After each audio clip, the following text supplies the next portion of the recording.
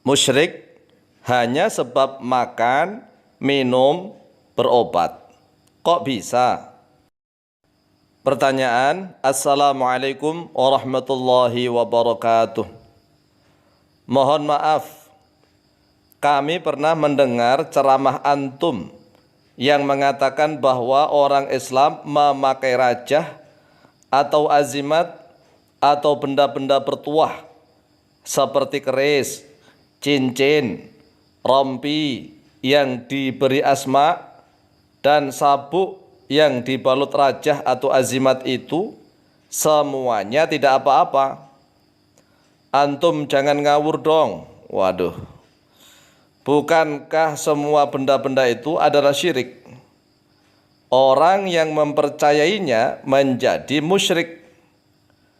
Apakah antum ingin menyesatkan umat? Wah. Waalaikumsalam warahmatullahi wabarakatuh. Baik. Bismillah walhamdulillah. Alladzi ja'alana min ahli sam'i wa ta'ah. Wa waffaqana littiba'i sunnati wa mulazamatil jama'ah. Wa zajarana an kulli ma'siyati wa bid'ah. Asyhadu an la ilaha illallah wahdahu la syarika lah. Al-ma'budu biqawanini syari'ah. Wa asyhadu anna Muhammadan abdu wa rasuluh. Al-makhsusu bi'a'dami syafa'ah. Allahumma salli wa sallim wa barik ala sayyidina wa maulana Muhammad ibn Abdillah wa ala alihi wa sahbihi wa mawalah wa la hawla wa la quwata illa billah amma ba'd. Faqad qala Allah azza wa jal, a'udhu billahi minasyaitanir rajim, inna Allah la yaghfiru an yushraka bihi wa yaghfiru ma duna dhalika liman yasha' wa man yushrik billahi faqad iftara ithman 'azima. Wa qala Rasulullah sallallahu alaihi wasallam, wallahi ma akhafu alaikum an tusyriku ba'di walakin akhafu alaikum ad-dunya an tanafasu fiha. Muttafaqun alaih. Saudaraku kaum muslimin wal muslimat rahimakumullah, ketahuilah bahwa syirik adalah dosa yang paling besar. Bahkan syirik adalah dosa yang terbesar. Dosa syirik juga mampu melebur semua amal soleh yang pernah dikerjakan. Dosa syirik juga tidak akan diampuni jika sampai mati tidak bertaubat. Namun jika bertaubat, maka dosa syirik akan diampuni oleh Allah Subhanahu wa taala. Dan kita juga harus mendidik umat Islam agar tidak melakukan perbuatan syirik. Kita harus mengajarkan ilmu tauhid atau ilmu akidah ahlu sunnah wal jamaah kepada sesama saudara muslim. Akan tetapi kita tidak boleh sembarangan menuduh orang Islam menjadi musyrik. Karena syirik atau tidak itu letaknya di dalam hati. Sebagaimana dalam Quran surat An-Nahl ayat yang ke-106. Allah Ta'ala berfirman, A'udzu billahi minasyaitonir rajim. Man kafara billahi min ba'di imanihi illa man ukriha wa qalbuhu mutmainnun bil iman. Man bermula siapa saja kafara yang kafir oleh diaman billahi kepada Allah, min ba'di imanihi di dalam setelah keimanannya. Kafir di sini bermakna musyrik atau juga bisa bermakna menyatakan keluar dari Islam setelah keimanannya. Illa man ukriha, kecuali orang yang dipaksa terhadap diaman. Wa qalbuhu, lah ini wa qalbuhu bermula hatinya diaman, mutmainnum bil imani, yaitu tetap tenang bil imani pada keimanan. Jadi musyrik atau tidak itu hatilah mutmainnum bil iman wa qalbuhu. Dan Rasulullah sallallahu alaihi wasallam bersabda, at-taqwa hahuna. Takwa itu ya di sini, hahuna.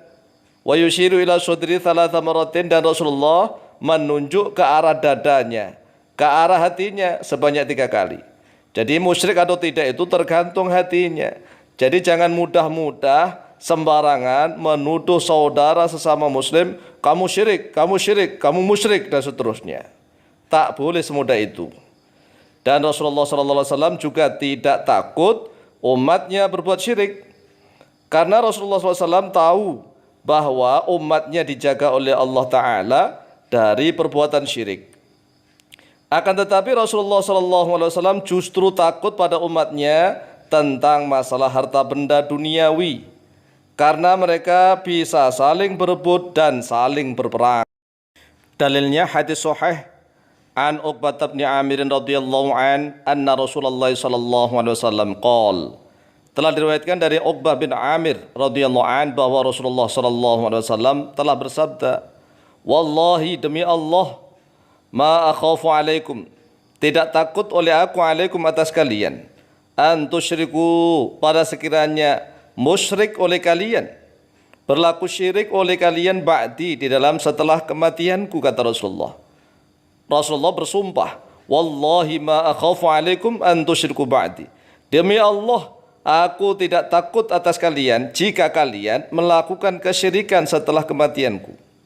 Walakin, akan tetapi, akhafu alaikum, akhafu takut oleh aku alaikum atas kalian ad-dunya, pada duniawi, harta benda duniawi. Ang tanafasu fiha, sekiranya berlomba-lomba oleh kalian, berebut oleh kalian, fiha, di dalam dunia itu.